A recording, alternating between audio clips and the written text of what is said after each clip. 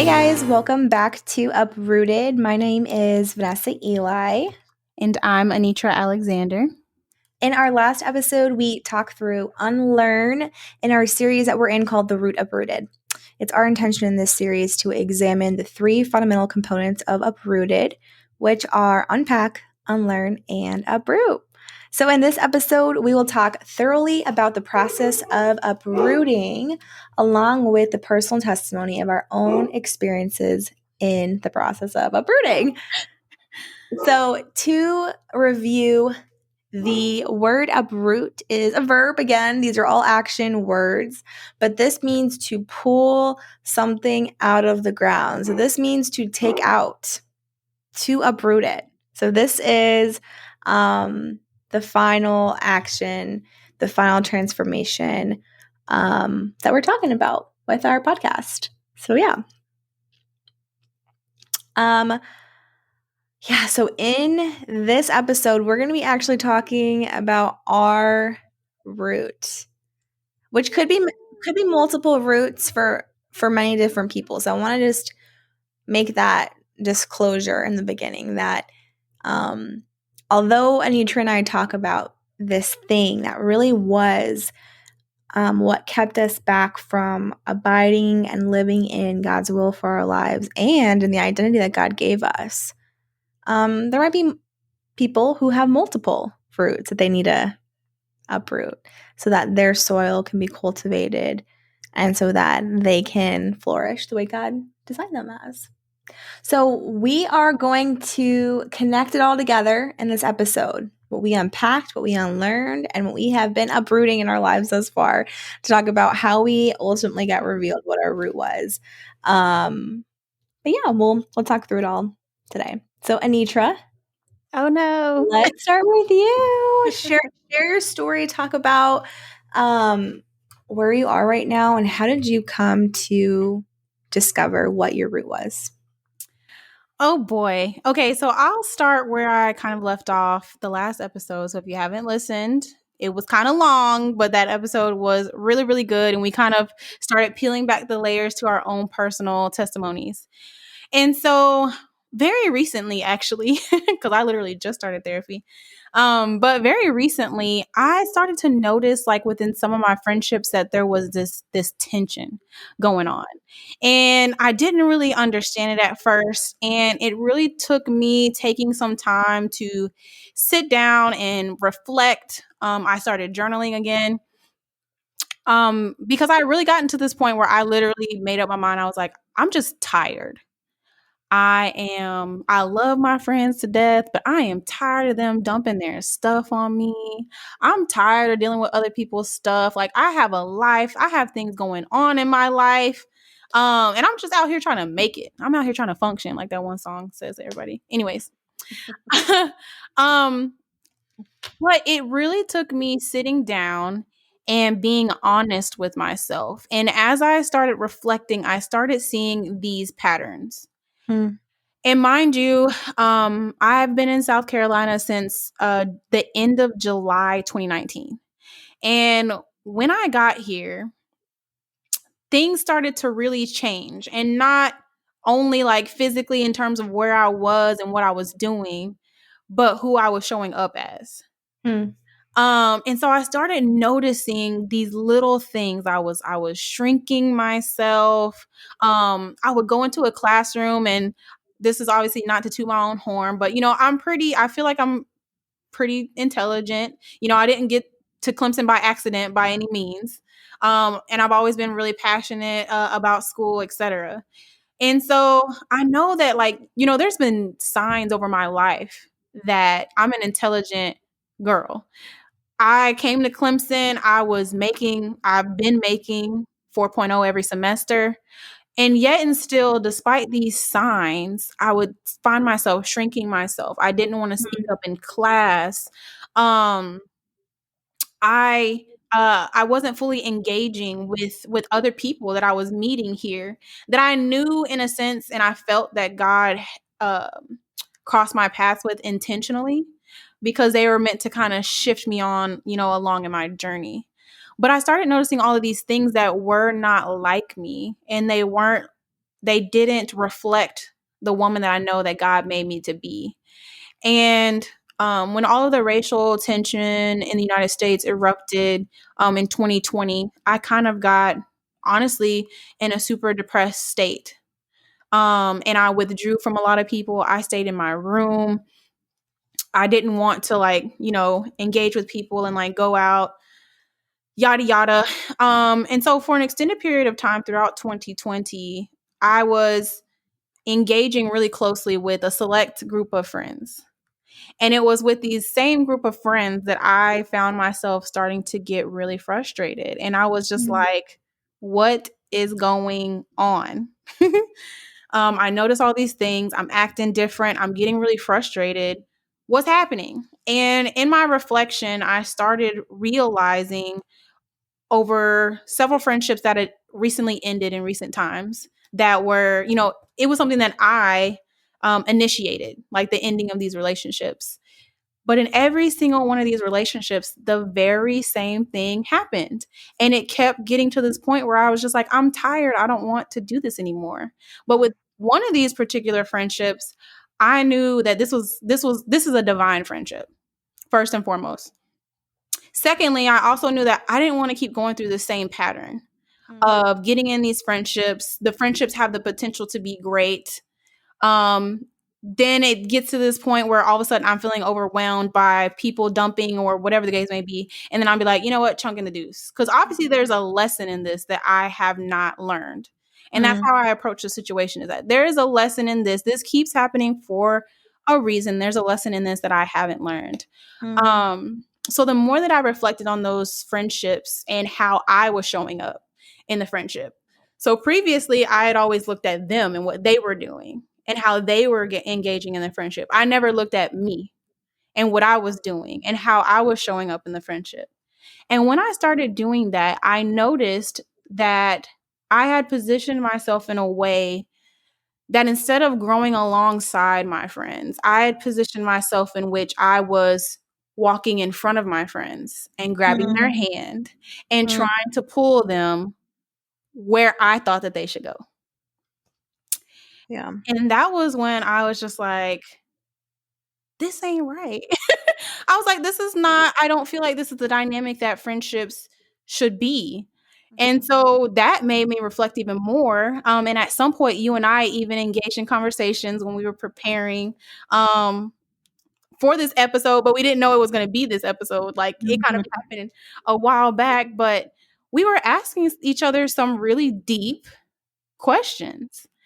And I started to notice all of these things over my life in terms of, being afraid to like use my voice, even though I know that there's a gifting in my voice that God has given me in terms of writing, in terms of speaking. I had noticed, that I would shy away. And I actually want to speak on shy for a second, because that's actually an identity that I put on myself growing up all throughout these years. I was always like, I'm a super shy person. I'm just shy. I don't do this because I'm shy. I don't want to take this opportunity because I'm shy. And it was so funny because a lot of people would always tell me, you don't seem like you're shy. Like, you don't really seem like you're shy. And I'm like, oh yeah, I am. But it's like, when I get to know you, then I start to, like, I was making up all of these reasons as to why I'm shy or whatever the case may be. So when we were talking and you were asking me these deep questions and I was noticing all these things, all of these like stems, like all of these instances in which I'm acting a certain way, I'm acting shy, I'm trying to fix people, I'm not taking opportunities, I'm shrinking myself. Those are all like the flowers, right? The flowers or the leaves of a monstera, if you will. That's what you show to the world. That's what you show to the world, right? They were like my leaves that were opening up and I was starting to notice them and I was like, oh, okay, this is a monstera. But then all of a sudden the tips started turning yellow. And then in the middle of it, you started getting those dark brown spots and you're like, wait a second. This ain't what it's supposed to be looking like. I've done something wrong with my plant. So then it's like, okay, well, let me investigate. Like, what is happening? And one of the first things that you do, I'm going to start talking about plants because y'all know I'm a plant mom. But one of the first things that you have to do in that instance with your plant is the soil, right? You start to look at the soil. If you're noticing the tips are yellow, you're getting brown spots, you're not experiencing new growth, right? Mm. You start to go down the plant and you make your way to the soil and you're like, okay, have I overwatered this? Am I underwatering it? So good. You So know, is good. Yeah. this plant lacking a certain nutrient? Like, what's going on? Like, some of the leaves had gotten to a point where they were just dead. Like, I wasn't even showing up at all in certain areas of my life, including my purpose. What I knew was my purpose, right? And so, as we're talking and you're asking me all these questions, you know, all these stems start coming and they start to connect to the aerial root of this plant. Mm-hmm. And then when I started assessing the soil and seeing what's going on and seeing how all of these stems connected, I realized that I had a struggle or a root that needed to come up that had to do with inadequacy. And this inadequacy was causing me to not show up, not use my gifts, to make excuses as to why I'm shy. And, you know, I got to this point where like the final straw was when I was trying to fix people in these relationships. And that's when I really noticed that because of me feeling inadequate in the other areas of my life, in terms of purpose, in terms of relationships, in terms of, you know, whatever the case may be, in terms of family, in terms of showing up in the world, I then began to fix other people to fill that void in myself. Because I felt that, you know what, if I can fix other people, if I can make them need me, if I can make them rely on me and not need anybody else, including God, which is why I got tired, Mm-hmm. because God was like, that ain't supposed to be you, that's supposed to be me. Mm-hmm. If I could do that for other people and make them need me, then I would feel like I'm sufficient as a person. And so, girl, that's my testimony.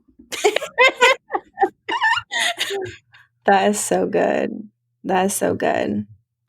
Yeah. And yeah, it took, you know, those moments of tension for me to see it. And obviously I got to the point where I'm doing therapy, but also it took me being nudged, you know, by those people that I said I knew God placed in my life. It took me being nudged by them into spaces or opportunities to be stretched. And it helped me to see what I was capable of. So when I got nudged by my advisor that like, hey, you should start a website. And I started my blog early in 2020 and I started making those blog posts and I saw the response that let me know that like, hey, there's a gifting here Yeah. that you haven't been using that could make impact.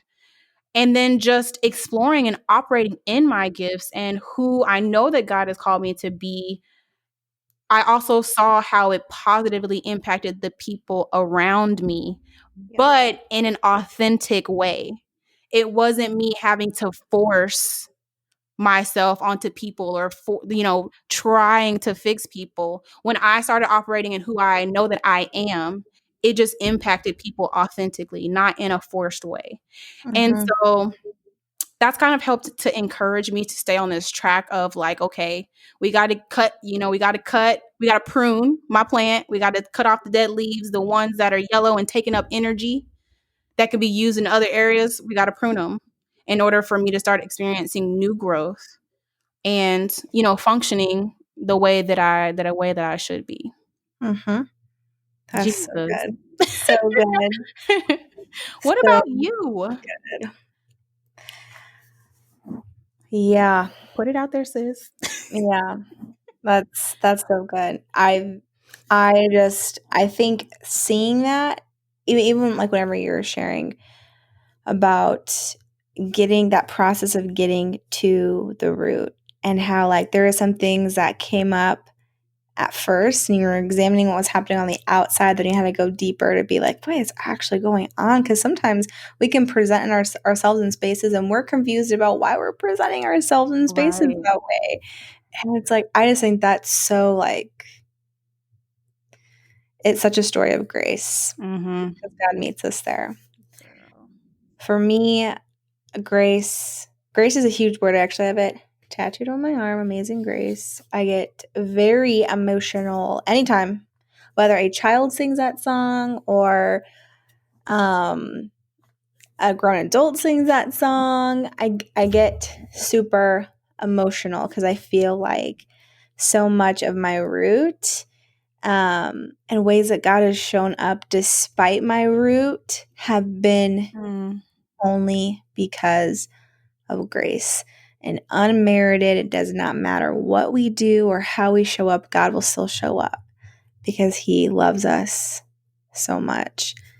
And so what I was sharing in terms of me unlearning is I had to really unlearn this hyper independency.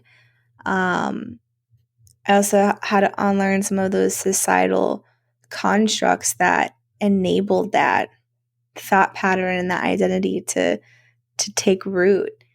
And then I started shifting because I started to feel like things were getting misaligned. And the closer that I got to God and I became revealed for what his character was, it started to create tension in my life for this identity that I was showing up as. And so, one of the biggest things for me, aside from the gospel and aside from my relationship with God, actually a tool that I discovered in 2018 while I was reevaluating all of this stuff was the Enneagram. And it is a tool. It is not a religion. It is not the final say so, but it is a tool. And it was a tool that I used that actually for me, because I had so many walls and because I had so many like identities and masks that I didn't even know were keeping me from my root, it was really helpful to see this diagram of our personalities and how they're webbed and like what our fears are anchored in and what our shame or what our anger or what our anxiety is anchored in, and how we all connect to one another and how we see visions of God's will and God's identity or that he gives us through other people. And then we hang on to that and then we try to make that fit us. And it was just, I remember being like, wow, this is really interesting. And so it was that tool of being able to examine myself and examine others more deeply. I started to see the way God made me, and I started to gain appreciation for how God made me and how God made others. And it was through that process of grace for myself and grace for others, that I actually was able to take down walls because characteristics or flaws that I would roll my eyes out in people, or I would be like, oh my gosh, whatever, they're just this way, or I would make excuses, or I would enable people's behaviors. That actually helped me examine my own self because I think that my walls were so barricaded up and I was acting out of this hyper independence. And so I discovered that I am an Enneagram 4 and they actually struggle with identity. Who would even guess? Not me. But yeah, and at the root of that hyper independency and this, I can do it by myself, I got it, I don't need help from anybody. The root of that was a fear of abandonment or a shame of abandonment because I have felt that before in the past. And so it was my own architect of myself that if I didn't need any help or if I created myself to be super independent, no one would have to help me. I wouldn't have to burden anybody. And then they wouldn't have to leave me. Yeah. Because I'm easy to be around. Vanessa's strong. She's got it. You don't have to worry about her. She's not going to do anything weird. She's not going to harm herself. She's not going to put herself in situations that she doesn't need to. Yeah. So it was this hyper independency hyper independency and this, I got it. There's a lot of self-critical or being hypercritical of yourself that also accompanies that. Oftentimes it's a harsh self-talk because I didn't allow myself to be vulnerable with others. So I had all these like harsh self-talk that was happening and operating in my head. And sometimes even a control over my own life. So I wouldn't have to be vulnerable or I wouldn't have to ask for help. And so in the root of abandonment, it's so interesting because you said it before in last episode, is that our own shame of our relationships here in this world can totally impact our relationships with our Heavenly Father. And so I had to unlearn who God was. I had to learn and make space for who He was and what His characteristics were. Because under my root, I thought He was going to leave me, or I thought that I would be a burden, or that I would be a weight if I really opened up, or if I really let God know how I was doing, if I really let people know how I was doing. So it got to me being married, and I was in a vulnerable, when you're married, you're in a vulnerable relationship, and you're operating under this unity that God creates and He designs for people. And then that stuff started coming up, and it's like, well, if I know I know so-and-so is going to leave me anyways, so I might as well just think it. And that's a pretty sad view of how you think your relationships are gonna be. And I think what's so crazy about God is the people that I do have in my life. If I look at the realities of my life and how God has provided, I have strong friendships. I have friendships that have lasted a long time, who I haven't had to worry about leaving. But because I have been wounded by some people leaving, that has made it tainted my view on these relationships, these divine relationships that God has allowed me to sustain and to maintain for years. Yep. And I started looking at that. I'm like, wow, that is God's grace. That is God's grace that He gave me so-and-so and so-and-so and so-and-so. And time after time again, although this was my fear, He still provided.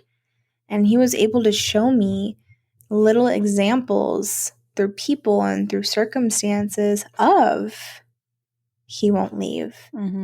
He will sustain and He will maintain and He will be a rock. And so a lot of my root is that it's under the guise of hyper independency. It's under the guise of I got it, don't worry about me. Got it. But it's because of the fear of abandonment. And so I had that's a lot to unpack.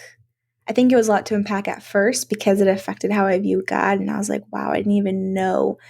How can you believe that God is good and that God will provide and God will take care of you if you feel like people in your life are just going to leave you, or that you don't have worth for people to stay? There's not anything that you can do or perform or be or say to make people stay. So then if that is how you view relationships, then why would you view God any differently? Yeah. And so that was a lot of my unlearning with hyper independency and allowing God to take full control and to have faith over my life and to recycle my plan and allow God to come in and to steer my ship, is relearning who He is as our Heavenly Father, and embracing the moments of grace, embracing those relationships that He gave throughout my entire life that told me that He was never going to go. He was never going to stay, or He was always going to stay. He was never going to leave. Yeah. So a lot of that identity, am I worth what I do? I measured my relationships based on what I was able to do or achieve, or if I got it, if I don't need help or not, if I wasn't a burden on so-and-so or whoever. but it was rooted in a fear of abandonment. Mm-hmm. That, for me, like you were saying before, if we don't check ourselves, if we don't check what our fear is, or our fear of rejection or isolation, if we don't check those things, we don't realize how that impacts our view of God, Mm-hmm. his view of his children. Yeah.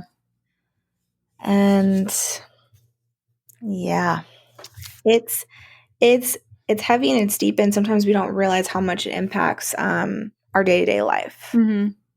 It can impact the relationships that we form, our conflict that we get into.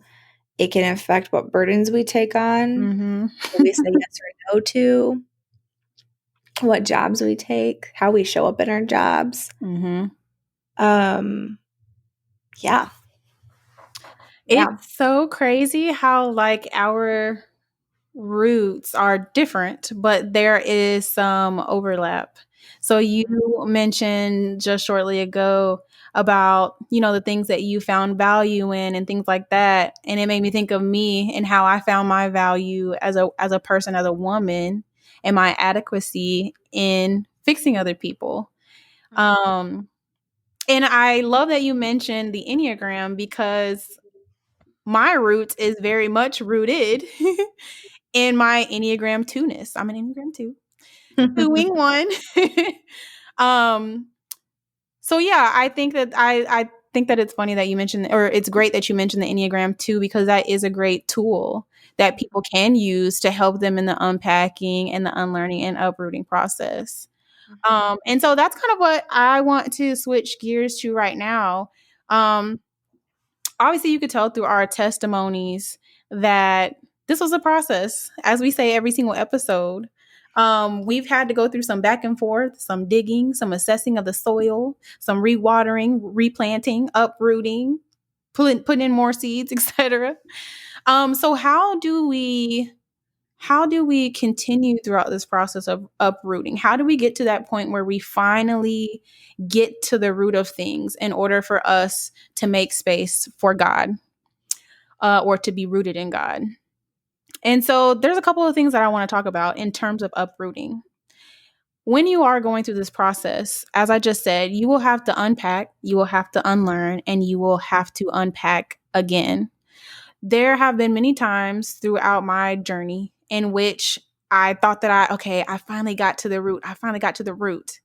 And then I would start seeing these things showing up again. And I'm like, I thought I just got past this. Lo and behold, it was just another stem. Lo and behold, it was just another stem. But I want to encourage you to not get discouraged. It's going to take time. It's going to take going through the process. As we said previously, this process is very fluid. Okay. But you do have support. And again, utilize those tools, utilize therapists, utilize the exercises, utilize the journaling prompts, utilize your wise counsel to help guide you through this process. And most importantly, as she said, get connected with God, because that's ultimately how you're going to get to the place where you recognize who you are in order to let go of the things that are not. Another thing is making sure that you're engaging in behaviors that support, nurture, and reinforce these new models, these new mindsets, these new behaviors, whatever the case may be. This is going to have to be a process in which you actively choose.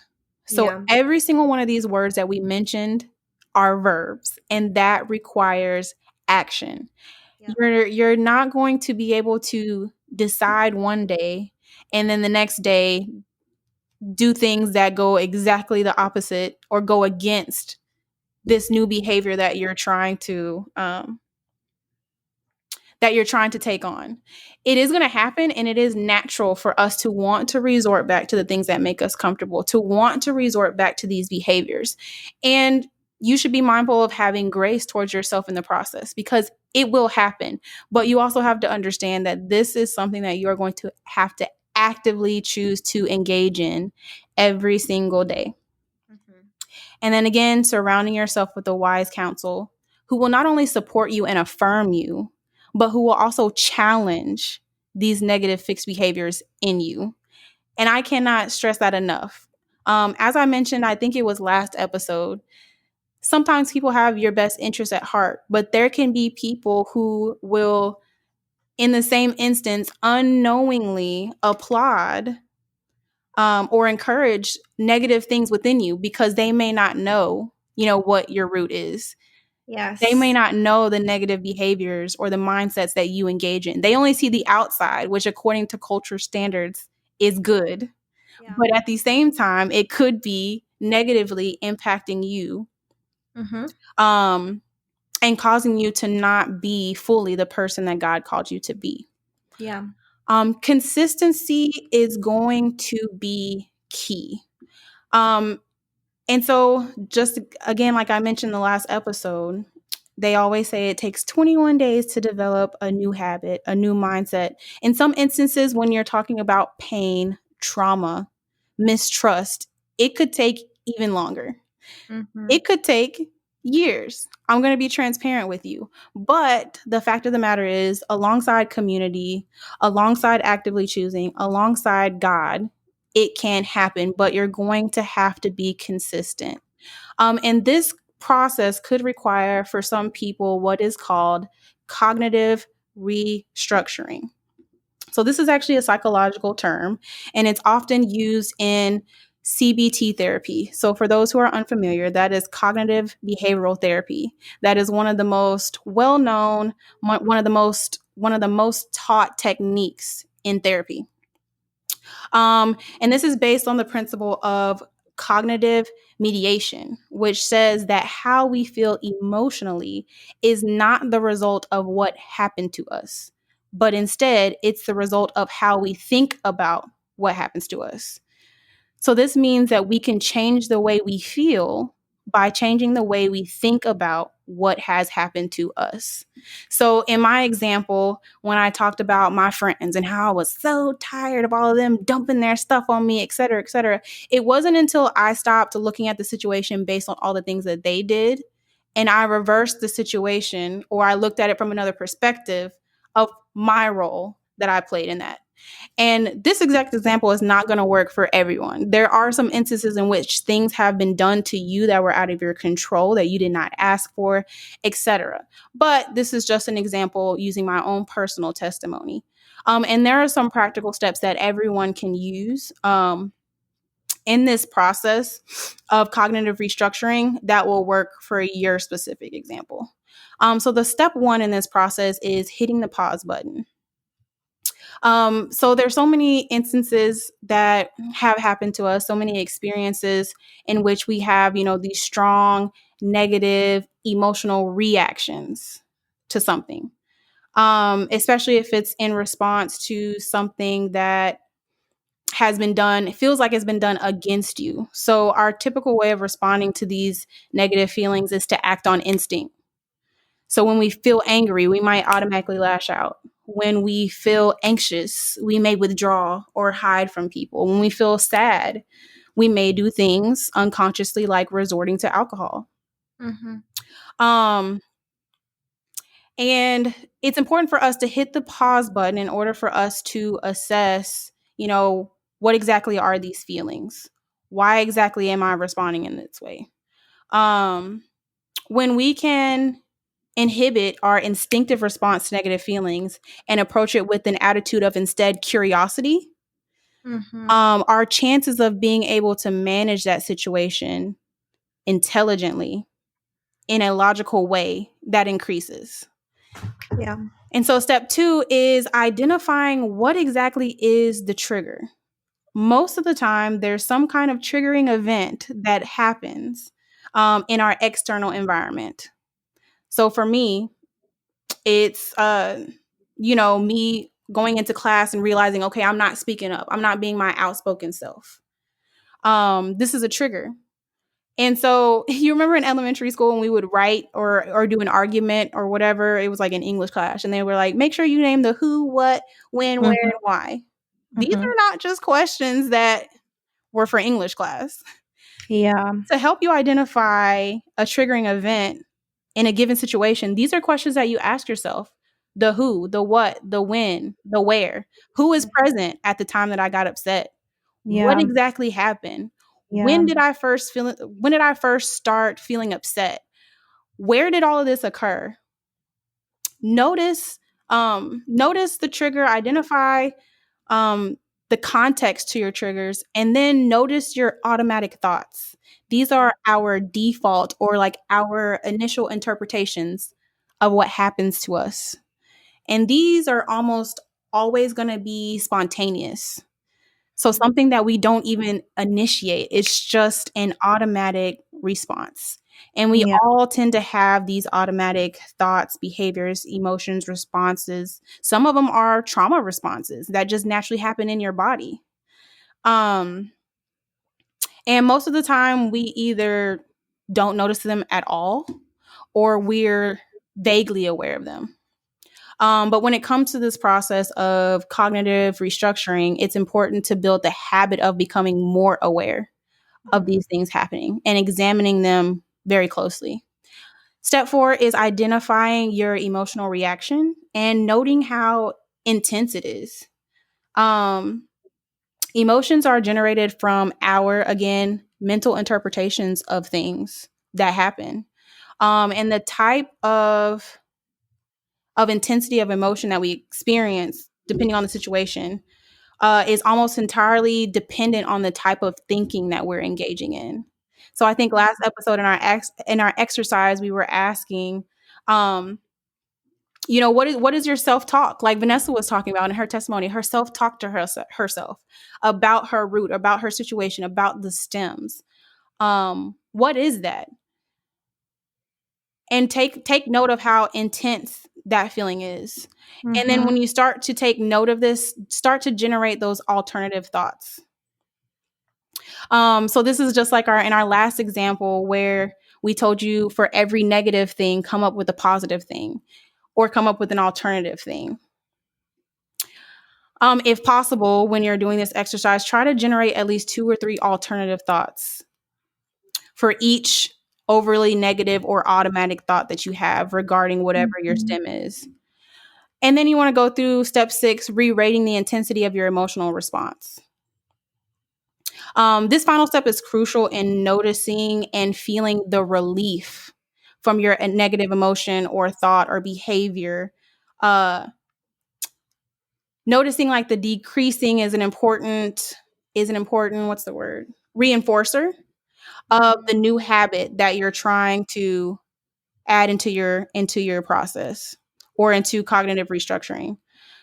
So in other words, you're more likely to stick with a habit if you see the benefits in the long term, or if you get that reward of lower negative feelings, more positive thoughts, more positive behaviors, etc., if that's the result of this process. And so that's the process of cognitive restructuring. For everything that we have experienced in terms of negative thoughts, what we need to uproot, again, for some of us, it's going to be a process and it's not going to happen overnight. Yeah. But these are exercises that you can do, which of course we will have on our social media page. And I can also provide an article for you to read on this whole process of cognitive restructuring. Yeah.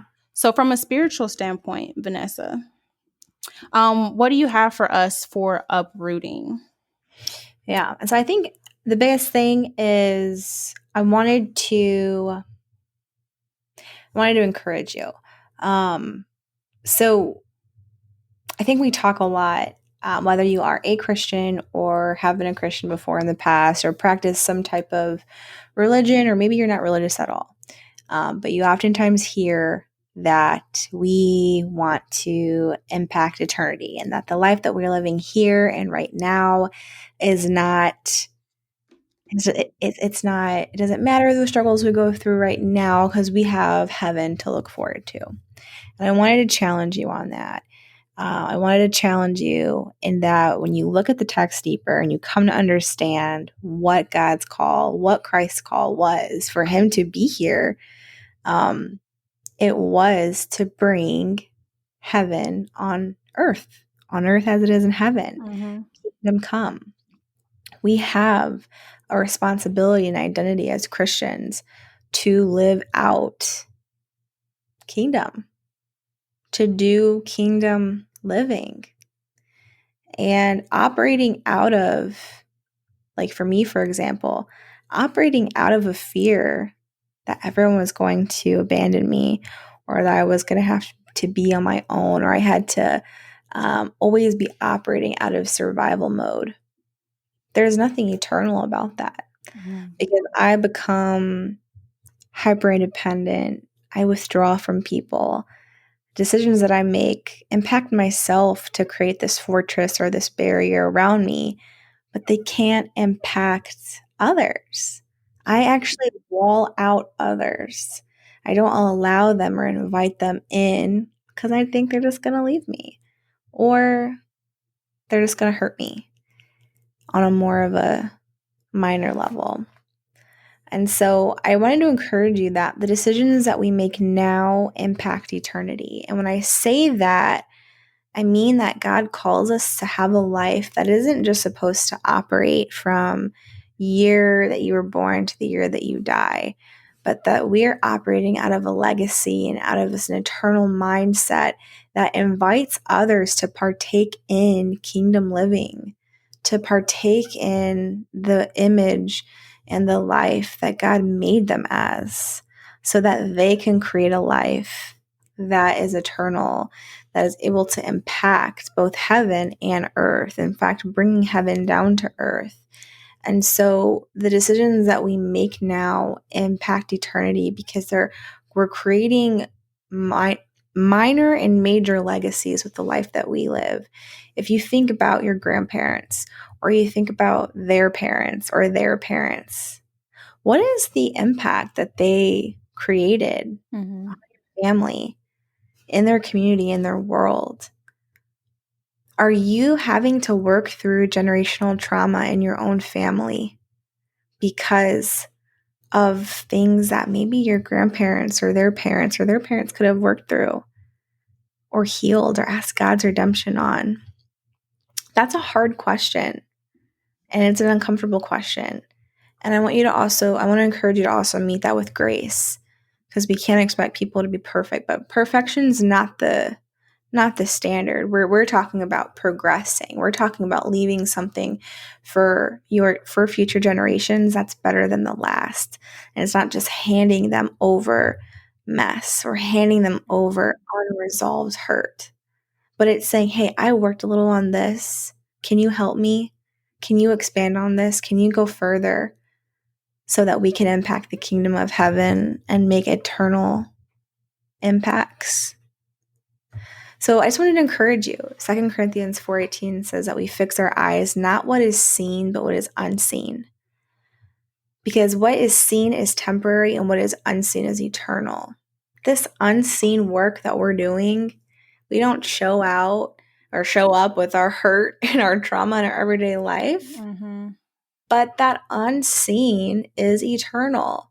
It impacts the relationships we make. It impacts how we show up and work. It impacts the little things, such as what we choose to consume for breakfast, lunch, and dinner. Yep. Substances that we engage in or not engage in. All of that impacts eternal. And so it's like, how can I change the world? I'm just one person. You're not meant to change the world. Christ came to change the world. We're just meant to follow his lead and to make those changes in our lives, so that it's honoring and it honors ourselves, or it honors God in the way that he designed ourselves to be and to flourish. Something that Christ says is Jesus talked a lot in parables and stories to create illustrations, which I think is pretty powerful. I think that's actually the power of story, is how we actually have relationships. I'm talking to you now because of the stories that Anitra and I are sharing. And I've connected to Anitra because of her story that she shared with me. And so, but ultimately, Christ in Luke 6, he was talking about, he says, no good tree bears bad fruit, nor does a bad tree bear good fruit. Each tree is recognized by its own fruit. People don't pick figs from thorn bushes or grapes from briars, and a good man brings good things out of the good that is stored in his heart. And an evil man will bring evil things out of the evil that is stored in his heart. For the mouth speaks what the heart is full of. So eventually, even to encourage you too, that whatever we don't uproot will eventually come out. Sometimes it doesn't come out in the ways that we want it to, but it will come out. Whether that is good that we store in our heart or if it's hurt we store in our heart, that hurt will come out. And so again, to go back to, these decisions impact eternity. So what we want to come out of our lives, in the relationships we have with others, in our way that we parent, and the way we show up for our spouses and our partners, we want good to come out of it. Not perfect, progression over perfection, but ultimately what is stored in our hearts will come out. And I love Ephesians 2:10. It says that we are God's masterpiece. He has created us anew in Christ Jesus so that we can do the good things he planned for us long ago. Because in our womb, God knew who we were, and he knew our spirit, and he knew a purpose. He had that for us as a baby, as an infant. And whenever we peel back the hurt that we experience, whether we do that to others or others do that to us, we're able to operate and do the good things he planned for us long ago. Another translation says we're God's craftsmanship. He crafted us, he created us, he painted us uniquely into our stories. Whether you're living in the city or the country or another country that knows God, you grew up knowing God, or you grew up in America where the context is oftentimes you get introduced to Christianity at a very young age, like wherever you're at, God designed you and crafted you and made you a masterpiece. And so whenever we do this work, we get to become more and more and more aligned with that original painting that he created for our lives. And so this is just the importance of understanding the elements that make up our roots. We understand the elements that keep us from God so that we can uproot them, so we can get closer and closer to who he creates us as. So it's like we say, it's a process, but it's not something that is impossible. For some people, there's hurt that has been done in your lives that might take longer than the next. And I think that's okay too. I mentioned grace at the beginning, and I believe that God meets us with abundant grace. Sometimes we just have to take a second to pause and reflect back at the ways that God has met us, both spiritually and tangibly, because he meets us in both. So good. I love it so much. Yeah, as she said, this is a process, and we understand that this episode might feel a little heavy. This is a lot of deep work that you're going to do in this process if it's something that you really want, for yourself. And we understand that. So for this episode, we're going to do things a little bit differently. We don't necessarily have journal prompts. We don't necessarily have an exercise, but we do have some resources that we want to send your way. Vanessa, do you want to walk us through some book resources that they can tap into? Yeah, so we'll share this with you guys on social media, whether we do put that in a link or if we actually make it in a post. But these will be accessible through our social media platforms. And there is so much media out there. I think we said in one of the beginning episodes that it's helpful to read and hear from perspectives that have gone through this process before you, because you're able to then, like I was saying, eternal impact, follow their legacy for what they've been able to unpack and unlearn and uproot to get to where they are. And sometimes it's that sharing of knowledge that's helpful. So we have different books and resources. We love Transformation Church, we love their leadership. So sermons like Marked, Planted Not, or not sermon series like Marked, Planted Not Buried. Who's the minister here? So good. It's reclaiming kingdom living, that we have the authority and the ability to do God's kingdom work here tangibly, like wherever you are. You don't have to go to a church or a cathedral or a place. Like, we're called to do that working remotely, wherever we are, wherever we work. So I love those sermon series. There's more, but those are just some that we think that are really great to just start off on. And then different books. I love the Enneagram, obviously. There's a book called The Enneagram for Spiritual Formation, how knowing ourselves can make us more like Jesus. And it is so good. If you are new-ish or newer to the Enneagram, I think it would be really helpful.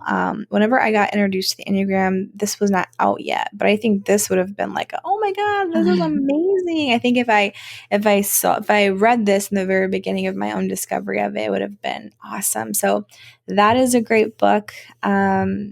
The Deeply Formed Life, 5 Transformative Values to Root Us in the Way of Jesus, talking about spiritual formation and how oftentimes that transformation, it looks very different than our typical American Christianity process of how it comes to know Jesus. And it's like we've been talking about, going deep, being anchored.